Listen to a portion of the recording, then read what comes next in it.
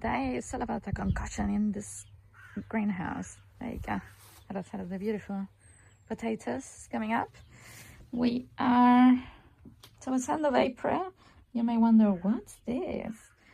Oh well, so this greenhouse is paved, and we love when that's not the case, because then the things that you grow can have really long deep roots that taps into water and then draw nutrients and all sorts of things.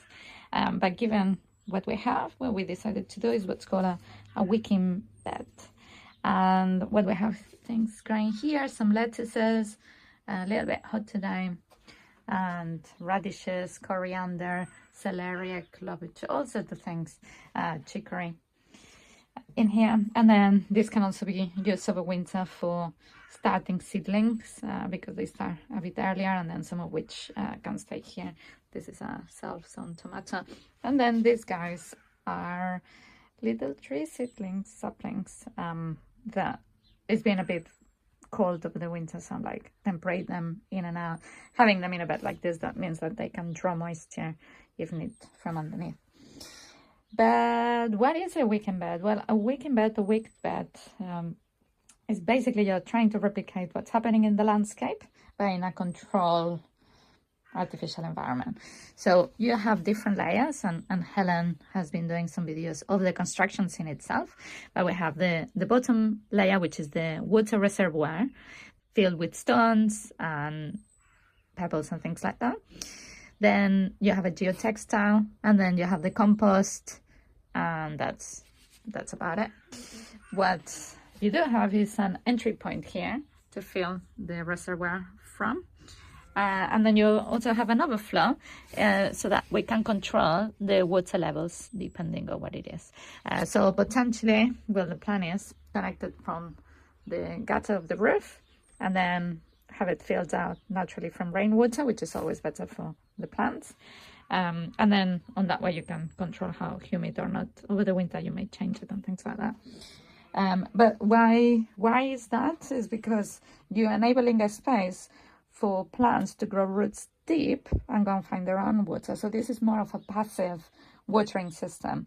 And for a greenhouse, that's really helpful. Otherwise, the outside things do themselves with the ground, and also through the rainwater, which the greenhouse doesn't have.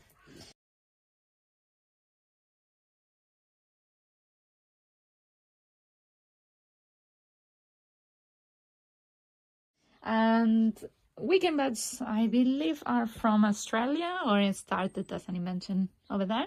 And then, yeah, it's been expanding because, you know, it's reduction of your input effort for return. But just to show you a little bit what's over here, and then let me hand over, this is sort of like the end product in April in the UK, but let me hand over some of the work from start to finish that Helen was recording.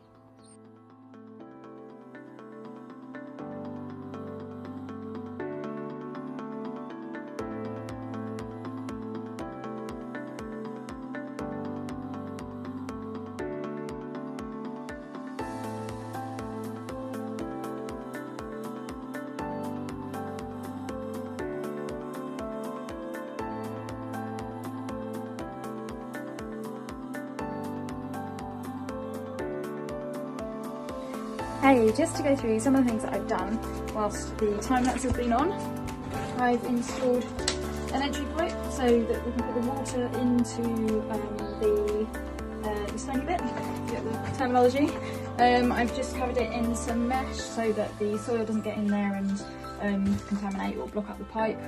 Not really contaminate, obviously. I've just done it with a couple of zip wires. The other thing I've done down here is a overflow.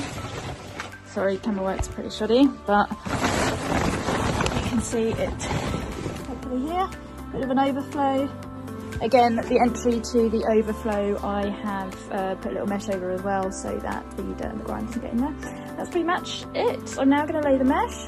I'm going to put it over this water pipe